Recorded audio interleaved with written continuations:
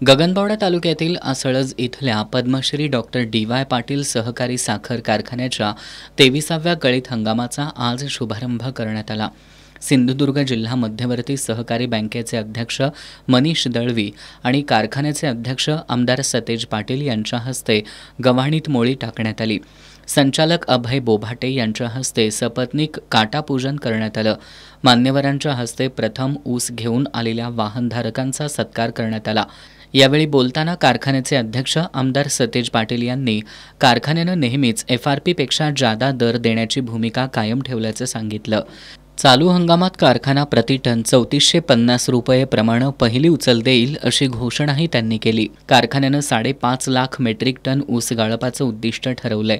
ऊस तोडणी वाहतूक यंत्रणा सज्ज असून शेतकऱ्यांनी पिकवलेला संपूर्ण ऊस कारखान्याला गळीतास पाठवून सहकार्य करावं आणि गळीत हंगाम यशस्वी करावा।